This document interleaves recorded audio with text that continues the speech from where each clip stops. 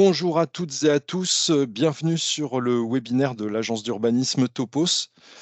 C'est bientôt Noël, donc l'agence a déposé sous le sapin un nouvel outil que nous proposons de vous présenter ce matin, donc avec Adrien Paget, outil réalisé également par Amélie Dozia et Lucas Jean-Jacques, tous les deux qui travaillent également à l'agence.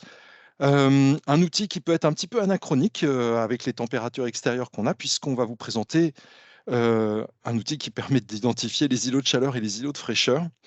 Donc ce travail fait suite à un premier webinaire et une première réflexion qui avait été menée par l'agence sur la détermination des écoles Oasis, des cours Oasis. Et cet outil, en fait, a été prolongé, hein. Finalement, les réflexions de nos partenaires et nos évolutions nous ont amené non pas à nous concentrer uniquement sur les cours Oasis, mais à aller beaucoup plus loin dans la réflexion.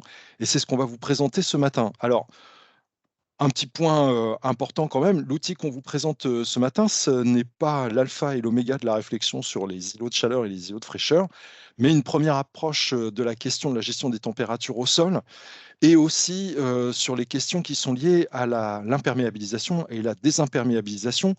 Et sur ces deux sujets, Adrien vous démontrera que si les deux notions sont interdépendantes, les deux résolvent des problématiques qui sont quand même un peu différentes l'une de l'autre. Donc, on va traiter des températures urbaines, au cœur de l'urbain, mais aussi aux franges de l'urbain. Et l'outil qu'on va vous présenter est un outil qui est une version qui va continuer d'être développée dans le temps. Donc, on a déjà identifié des éléments complémentaires qu'on va pouvoir adjoindre à ce qui va vous être présenté ce matin. Mais d'ores et déjà, à partir de la fin de la semaine prochaine au plus tard, l'outil sera disponible directement à partir du portail cartographique de l'agence d'urbanisme. Pour finir,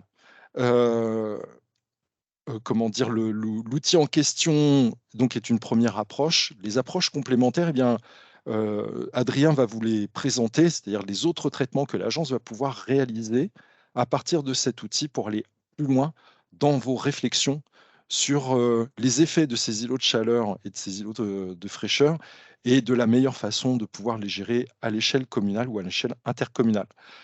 Voilà, j'en ai terminé de cette petite présentation. Je cède la parole à Adrien Paget. Bon webinaire à toutes et à tous. Merci Hervé. Alors, je vais vous partager mon écran. Voilà, j'espère que ça fonctionne. Donc, bonjour à tous et à toutes. Je suis donc Adrien Paget, responsable environnement risque à l'agence d'urbanisme. Lors de cette présentation, je commencerai par vous faire en fait un bref rappel du contexte et des problématiques liées à la surchauffe des milieux urbains. Alors, ce sont des éléments qui ont en partie déjà été vus lors du premier webinaire de mars dernier. Ensuite, je vous présenterai donc l'outil que nous développons à l'agence et les possibilités qu'il offre.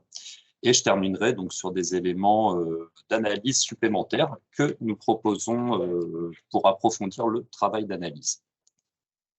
Alors, tout d'abord, pour rappel, nous étions partis d'un constat sur la métropole orléanaise. Nous avions donc constaté une répartition hétérogène des températures sur le territoire de la métropole et lors d'épisodes de forte chaleur. Et donc, on s'est rendu compte que ces températures variaient en fonction de l'usage du sol. On a donc décidé d'élargir notre analyse à l'ensemble des territoires de l'Orléanais. Donc, la carte que vous voyez ici représente les températures lors des pics de chaleur de juin 2022 et de août 2016. On peut globalement ressortir trois idées principales. Tout d'abord, l'ensemble des milieux urbains ressortent comme des secteurs où les températures sont globalement chaudes. On a également les espaces agricoles qui sont aussi des zones où les températures sont importantes. Et enfin, la troisième idée, c'est que la Loire et les grands boisements de la forêt d'Orléans et de la Sologne représentent des secteurs ressentis comme frais. Alors, ces fortes chaleurs au sol ont des fréquences de plus en plus proches et ont des durées également qui s'allongent, comme on a pu le voir cette année. Elles peuvent donc entraîner en fait des difficultés sanitaires pour les populations. il faut donc, si vous voulez, prendre en considération ce paramètre lors de l'aménagement de la ville, notamment pour élaborer des stratégies de résilience. Alors, avant cela, il va falloir déterminer les facteurs de réchauffement. Alors, les principaux facteurs de réchauffement qui entraînent des montées de température en milieu urbain, ils sont multiples en fait. Alors, ce schéma qui a déjà été montré lors du premier webinaire donne les principaux facteurs qui contribuent aux effets de surchauffe. Donc, ces facteurs peuvent se lire à différentes échelles, du territoire au quartier jusqu'au bâtiment. Donc, à l'échelle du territoire, les types de matériaux utilisés pour construire la ville, l'organisation du bâti et sa forme urbaine, l'imperméabilisation évidemment, et les activités anthropiques sont autant de facteurs de réchauffement. Et à l'échelle ensuite plutôt du bâtiment, d'équipement, alors ici on a pris une école, mais ça pourrait être finalement n'importe quel type d'équipement, on se rend compte qu'il y a d'autres facteurs qui peuvent se cumuler et aggraver encore plus une situation globale déjà peu propice. Par exemple, la faible présence de végétation, la mauvaise isolation du bâtiment, etc. Donc, sur ce schéma, on a rajouté un élément qui sont les facteurs de réchauffement aussi en milieu agricole, puisqu'on s'est rendu compte que en début de l'été, enfin milieu de l'été, lorsque les cultures de céréales, par exemple, sont récoltées, et ben on se rend compte que les sols à nu vont ensuite emmagasiner fortement la chaleur et ça peut également créer des îlots de chaleur en milieu rural et périurbain. Alors, il existe des solutions, notamment les solutions les solutions d'adaptation fondées sur la nature pour lutter contre les îlots de chaleur. Il faut bien comprendre que si on intègre de la nature en ville, cette nature, c'est un véritable auxiliaire de vie. Elle a des fonctions aussi bien environnementales, sociales que économiques. Elle va participer, entre autres, à améliorer, par exemple, la gestion des eaux et leur qualité. Ça va permettre également à enrichir les sols et à améliorer la qualité de l'air. C'est également un support pour la biodiversité et un facteur de sociabilité. Alors, nous, ce qui va nous intéresser aujourd'hui, c'est plutôt son rôle de régulateur thermique. Donc, cette végétation, elle va permettre de créer des îlots de fraîcheur urbains. C'est un peu ce que montre le second schéma ici. Ce schéma, en fait, montre le phénomène d'évapotranspiration, c'est-à-dire que, en quelque sorte, la végétation en ville va absorber de la chaleur et rejeter de la fraîcheur, ce qui va permettre en fait un refroidissement de l'air. De plus, cette végétation, en fonction de sa morphologie, de son type, elle va pouvoir, comment dirais-je, créer de l'ombre. Et cette ombre va abaisser fortement le rayonnement solaire transmis au sol, puisqu'environ, on estime à 50% du rayonnement qui peut être absorbé par un arbre. Alors, c'est fonction également de ses caractéristiques, comme l'épaisseur de sa canopée, etc. Donc, si vous voulez, pour mettre en œuvre ces solutions d'adaptation fondées sur la nature, il est important de laisser de la place en fait dans le tissu urbain pour des secteurs végétalisés et permettre, si vous voulez, au sol, en quelque sorte, de retrouver leur fonction de support à la fois pour la biodiversité et également pour leur fonction, par exemple, d'éponge. Alors, une solution en milieu urbain existe, c'est la désimperméabilisation. Alors, dans le meilleur des cas, il faudrait l'accompagner, lorsque cela est possible, d'une végétalisation. En fait, cette désimperméabilisation est une solution, si vous voulez, pour rétablir le plus possible les fonctions assurées par les sols avant son imperméabilisation, en particulier donc sa capacité d'infiltration. L'objectif ici, c'est de redonner en fait de la place à la nature, mais aussi de redonner une place à l'eau dans la ville, de la rendre plus visible, de la mettre en scène et de l'intégrer en fait au paysage urbain. Le schéma que vous voyez ici en fait illustre en fait quelques principes d'aménagement en ville qui prennent en compte le chemin de l'eau et la multifonctionnalité des différents espaces urbains.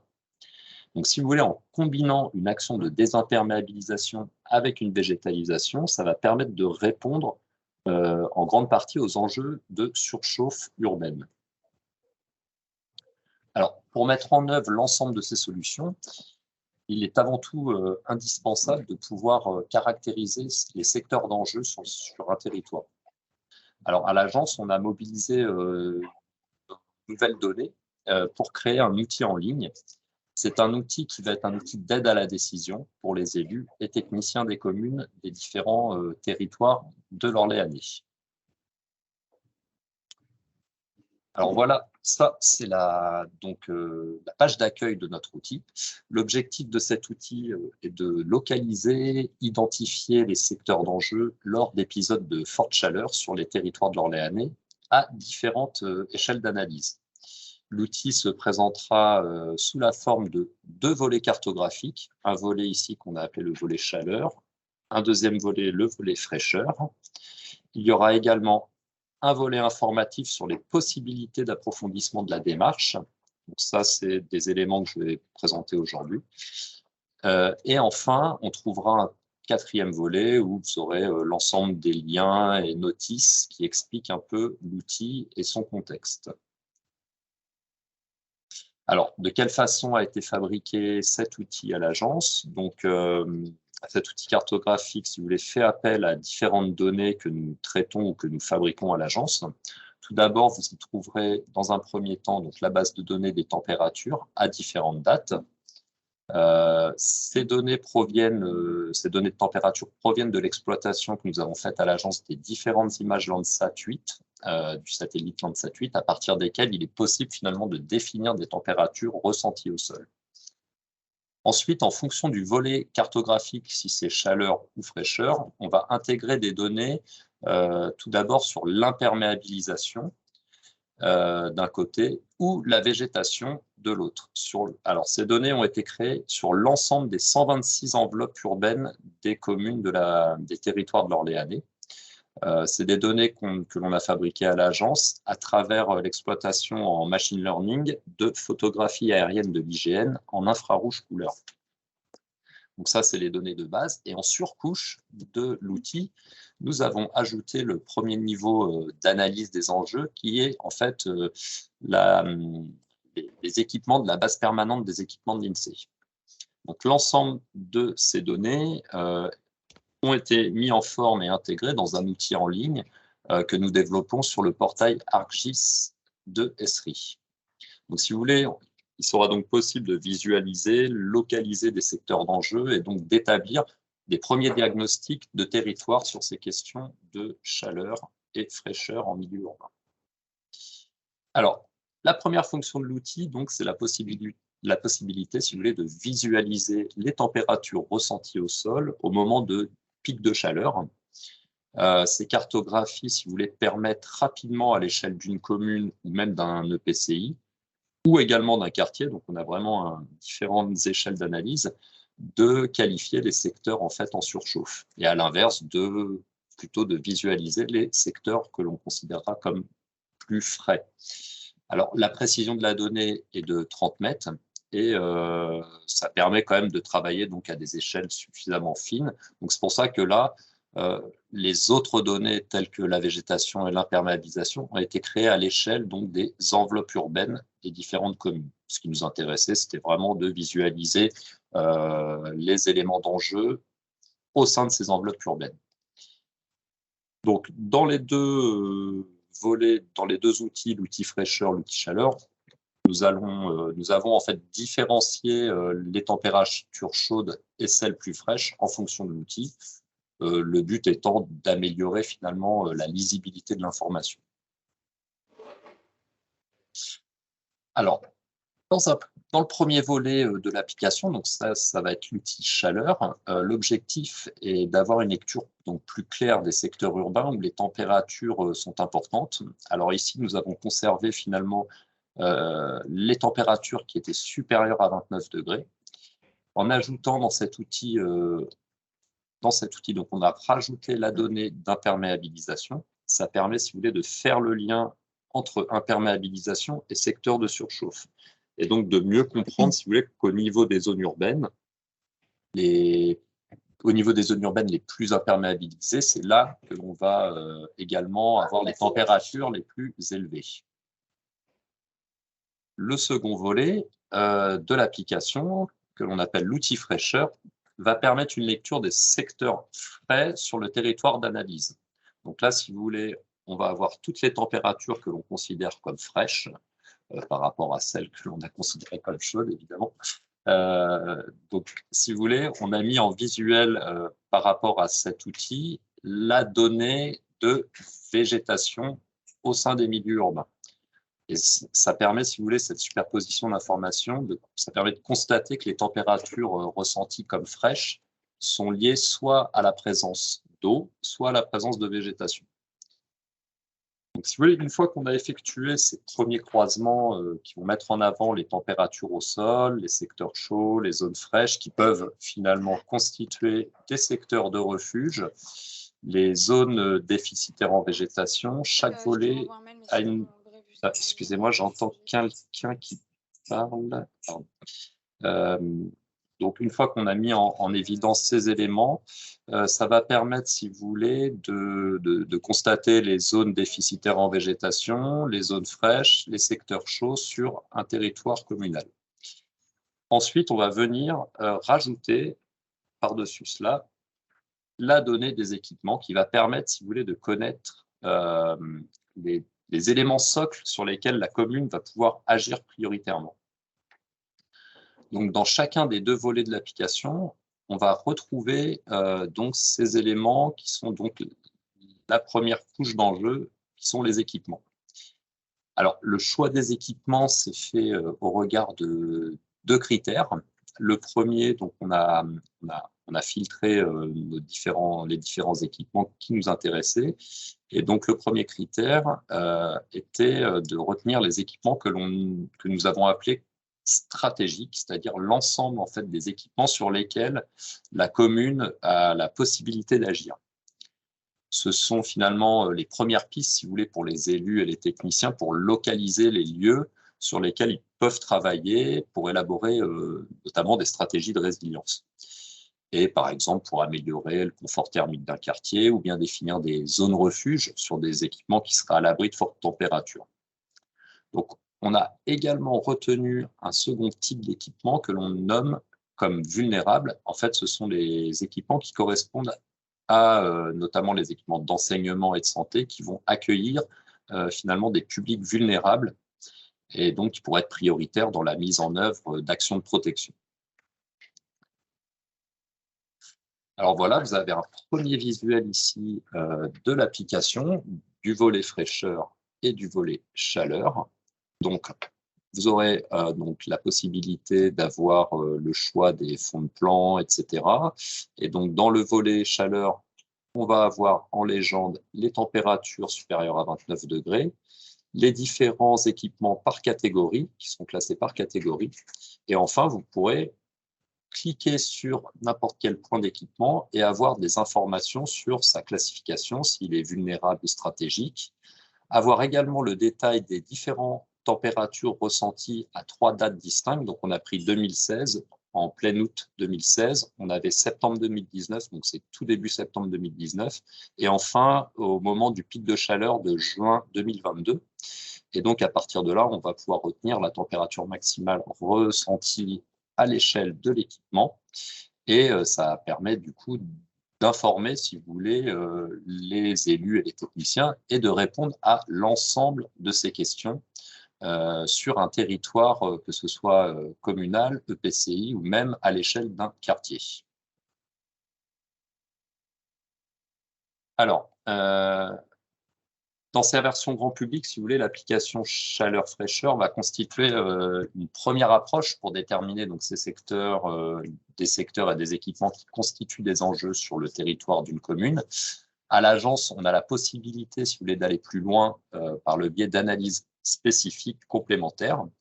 Donc, c'est un peu le troisième volet de l'application qui va résumer les possibilités qu'offre ces données en termes d'analyse. Donc là, je vais vous en exposer quelques-unes et évidemment, à l'avenir, enfin voilà, c'est des éléments potentiellement qu'on viendra en partie, pas totalement, mais intégrer dans l'outil au fur et à mesure. Donc là, par exemple, pour continuer sur les équipements, nous sommes en capacité, si vous voulez, de déterminer le contexte dans lequel l'équipement stratégique ou vulnérable se situe. À partir des données présentées, nous créons en fait des indicateurs spécifiques. Par exemple, là, sur un secteur comme celui-ci, on va pouvoir, par exemple, calculer le rapport entre l'imperméabilisation et la végétalisation à l'échelle d'un quartier. On va aussi pouvoir analyser plus finement la place de l'équipement au sein du quartier, analyser les formes urbaines, l'organisation du bâti, par exemple en fonction du vent dominant, etc. Il est possible également, dans ce type d'analyse, de hiérarchiser les équipements entre eux et de permettre finalement de prioriser les actions à mener sur un territoire. D'autres types d'analyses complémentaires peuvent être menées pour, si vous voulez, affiner l'approche des secteurs vulnérables. Donc, par exemple, en croisant les données de température avec les données de température importantes, de surchauffe, avec, par exemple, les populations, la répartition des populations, ça permet de focaliser plus précisément sur les secteurs qui concentrent le plus de population et voir si ces secteurs sont soumis finalement à des températures importantes. Donc là, dans la cartographie ici, on se rend compte que les secteurs les plus peuplés ici, ici et ici, les secteurs les plus peuplés de la commune, sont également les secteurs où on a des zones où les températures sont importantes. De la même façon, il est possible de croiser nos données de contexte avec certaines typologies de population afin de mieux définir nos zones vulnérables. Donc, en analysant alors à la fois la répartition soit des ménages les plus pauvres qui auront pour le coup des difficultés à financer par exemple des travaux de rénovation ou d'isolation de leur habitation, ou encore en regardant où et comment se répartissent les populations les plus vulnérables, telles que les enfants en bas âge ou les personnes âgées. Avec l'ensemble de ces filtres supplémentaires, on va encore plus discriminer, si vous voulez, certaines zones qui nous paraissent importantes, sur lesquelles il paraît important d'agir. Donc là, l'exemple à nouveau, ces différentes cartographies, on voit bien que ce soit la répartition des ménages pauvres ou la répartition des populations vulnérables, on se rend compte à chaque fois que c'est toujours ces trois mêmes secteurs qui vont ressortir de notre analyse. Ensuite, outre les populations, on peut aussi travailler sur la vulnérabilité du bâti. Donc là, par exemple, on a travaillé sur la typologie de logement en repérant où se situaient les ensembles collectifs. Parce qu'en effet, les ménages qui habitent en logement collectif n'ont pas directement accès à un espace extérieur, ce qui constitue finalement un facteur de vulnérabilité supplémentaire en cas de forte chaleur. Ils n'auront donc pas la possibilité de profiter de l'ombrage d'un arbre, etc. En tout cas, moins facilement qu'une personne en habitat individuel. À ce facteur, on va pouvoir rajouter aussi d'autres éléments, alors notamment les étiquettes DPE des bâtiments. Là, on a par exemple, un exemple sur la répartition des logements sociaux et la caractérisation des différentes étiquettes DPE de ces logements sociaux. On peut également rajouter l'âge du bâti, sa période de construction, etc. Donc, effectivement, ces analyses multicritères vont permettre de prioriser notre action sur un territoire. Les données mobilisées pour l'outil peuvent aussi être exploitées dans des analyses un peu plus poussées, notamment lors de la création d'un document d'urbanisme réglementaire. En fait, à l'agence, nous avons décliné et ventilé ces données sur différents découpages, tels que, par exemple, le parcellaire cadastral ou encore les îlots, unités foncières, etc. En fait, cette approche permet, si vous voulez, la mise en place, par exemple, de coefficients de biotope ou encore de préparer et mettre en œuvre des OAP spécifiques, etc. Une dernière approche, donc c'est la prise en compte de la trame verte et bleue lors d'actions de désimperméabilisation ou de renaturation, afin, si vous voulez, d'inclure les enjeux de biodiversité sur le territoire d'étude. L'objectif ici, finalement, ça va être d'éviter de renaturer n'importe où, ou d'essayer, plutôt d'essayer par cette occasion de renforcer, par exemple, certains réservoirs de biodiversité ou bien certains corridors. Donc, de la même façon, pardon, la prise en compte du chemin de l'eau aussi va être important et essentiel lors de travaux de désimperméabilisation. Ils vont pouvoir, si vous voulez, ça va permettre de contribuer, si on fait ça de façon intelligente, à renforcer la trame bleue, d'améliorer sa continuité et de renforcer certains secteurs qui peuvent être peu propices finalement à la dispersion de certaines espèces inféodées au milieu humide et de cours d'eau. Donc voilà, ça, ce sont des éléments qu'il faut prendre en considération aussi lors d'analyse de désimperméabilisation, renaturation d'un territoire. Pour finir, en conclusion de cette présentation, je souhaitais insister aussi sur l'aspect multiscalaire de l'outil et des possibilités d'approfondissement des analyses par des études spécifiques. Donc, nous avons déjà testé et mobilisé, si vous voulez, ces données de température, d'imperméabilisation ou de végétalisation pour différentes études à des échelles très variées. On a eu l'occasion, par exemple, de définir une méthode de hiérarchisation des établissements scolaires de la métropole orléanaise pour prioriser en fait certains établissements dans des travaux de végétalisation et de désimperméabilisation de leurs cours d'école. Dans cette étude à l'échelle de l'établissement et de son quartier environnant aussi, on a pu développer donc différents indicateurs pour noter, classer et hiérarchiser en fait l'ensemble de ces équipements. On a également testé ces données sur un projet urbain de ZAC pour faire un état des lieux avant projet et pouvoir simuler, si vous voulez, un état après projet et voir si le projet urbain allait améliorer ou non le taux de végétalisation de la ZAC. Enfin, on utilise aussi ces données de végétation en ville pour modéliser la trame verte urbaine et donc mieux comprendre de quelle façon se dispersent certaines espèces dans les milieux urbains. Je vous remercie de votre attention. Je crois que j'arrive au bout de ma présentation. Alors, n'hésitez pas à faire un tour sur notre site internet et notre portail cartographique, où vous pourrez donc découvrir ce nouvel outil très prochainement. Il sera donc mis en ligne très prochainement. Voilà, je vais peut-être redonner la parole à Hervé. Merci Adrien. Et arrêter le partage. Merci beaucoup Adrien. N'hésitez pas à nous faire part de vos réactions, questions. Est-ce que dans l'assistance de ce matin, cet outil, ces propositions vous inspirent? Qu'est-ce qu'elles vous inspirent? Est-ce que vous avez des réactions? Alors, pendant la présentation, j'en ai pas eu dans le chat.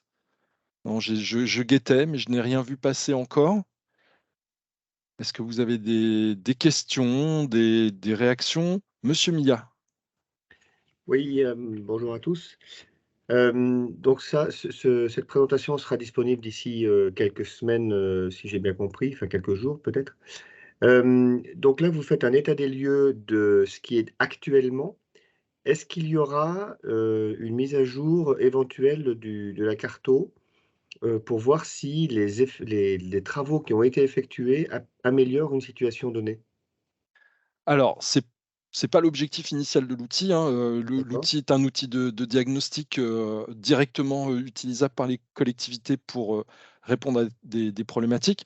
Après, on peut mettre en place effectivement un système de suivi des températures et donc des effets, des aménagements sur, les températures locales. Là, ce sera un nouvel observatoire, un nouvel outil qu'on va effectivement développer assez rapidement, je pense, puisque c'est la conséquence, du premier quelque part. Donc Alors, oui, ça va être prévu, oui. juste pour rebondir sur ce que tu viens de dire, Hervé, effectivement, nous, à l'agence, on a créé des scripts qui permettent de générer nos cartes de température beaucoup plus facilement qu'auparavant. Simplement, on est quand même lié au passage du satellite au-dessus de nos territoires. Donc, il a une fréquence assez régulière. Mais lorsqu'il passe au-dessus de nos territoires, il faut bien prendre en compte que si vous avez un couvert nuageux, on ne peut pas ou très mal exploiter la donnée satellite. Donc, on est quand même contraint parfois d'avoir des plages, des moments en fait où on va pouvoir choisir ou non une image satellite en fonction de ce couvert nuageux et donc la possibilité d'exploiter ces données pour en créer ces cartes de température. Mais si vous voulez, de créer en soi cette cartographie de température avec notre automatisation qu'on a pu créer à l'agence, c'est vrai que ça permet maintenant voilà, de faire ce travail de façon assez régulière et de pouvoir avoir quelque part un suivi. Bon, après, on reste sur des précisions de 30 mètres hein, au pixel, donc ça marche à l'échelle d'un quartier, on peut zoomer à l'échelle d'un établissement, d'un équipement, mais voilà, c'est des choses aussi que nous, on va essayer d'améliorer en termes de précision au fur et à mesure de notre travail sur ces températures. Oui, après, Alors, concernant la précision et concernant le modèle technique, ça, j'avais bien compris que c'était, on avait quand même quelques contraintes techniques là-dessus, j'avais pas de souci. C'était juste connaître, savoir s'il était prévu une mise à jour. Donc là, ça sera en gros une fois par an, globalement, à la louche, quoi. Et d'accord. OK, très bien. Merci pour ça. donc j'ai plusieurs questions dans le chat, donc des questions d'ordre un peu technique liées à la présentation. Donc oui, effectivement, la présentation est filmée et le support et le film seront mis en ligne entre la fin de l'année, hein, le temps de retraiter un petit peu la vidéo, et puis le tout début de l'année prochaine, hein, en fonction aussi des vacances scolaires, vous vous en doutez bien. Une autre question de Madame Valmagia à propos de l'identification d'outils pertinents pour recommander, pardon, les aménagements adaptés. Alors, à ce stade, l'agence ne travaille pas spécifiquement sur les aménagements adaptés, mais comme je le disais tout à l'heure en début dans mon introduction, on avait initialement travaillé sur les écoles et les cours Oasis. Et notre intention, c'était de développer par la suite un nouveau webinaire sur enfin, un retour d'expérience finalement hein, sur les aménagements qui ont été réalisés, soit dans le territoire de la métropole, soit dans d'autres territoires, puisque vous en doutez, beaucoup de collectivités en France se sont penchées sur la question, ont déjà réalisé des aménagements et ont déjà des résultats. Donc, on va réaliser pour l'année prochaine un benchmark, hein, un parangonnage, comme on dit en bon français, pour regarder un petit peu effectivement ces pratiques, ces bonnes pratiques, les questions qu'elles suscitent et avoir des retours d'expérience avec des témoignages d'élus et de techniciens de nos territoires et de territoires extérieurs. OK. Donc l'outil va être mis en ligne assez rapidement, hein, soit d'ici la fin de la semaine, soit au tout début de la semaine prochaine, mais avant les vacances de Noël, hein, puisque c'est sous le sapin. Voilà. Écoutez, il est 9h03. S'il n'y a pas d'autres questions, alors y a-t-il des interventions possibles de l'agence dans les communes? Alors attendez. Y a-t-il des interventions possibles de l'agence dans les communes